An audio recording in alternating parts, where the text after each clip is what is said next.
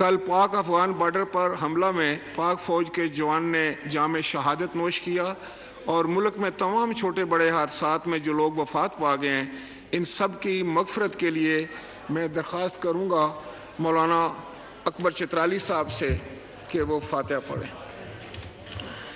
بسم اللہ الرحمن الرحیم الحمدللہ رب العالمین الرحمن الرحیم مالک یوم الدین ایاک نعبد و ایاک نستعین اہدنا الصراط المستقیم صراط الذین انعمت علیہم غیر المغضوب علیہم ولا الضالین آمین۔ بسم اللہ الرحمن الرحیم قل هو اللہ احد اللہ الصمد لم یلد ولم یولد ولم یکن له کفوا احد۔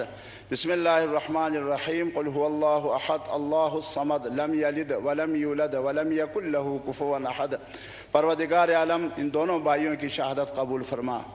پروردگار عالم تمام مرحومین کی مغفرت فرما، جنت الفردوس میں اعلیٰ مقام عطا فرما۔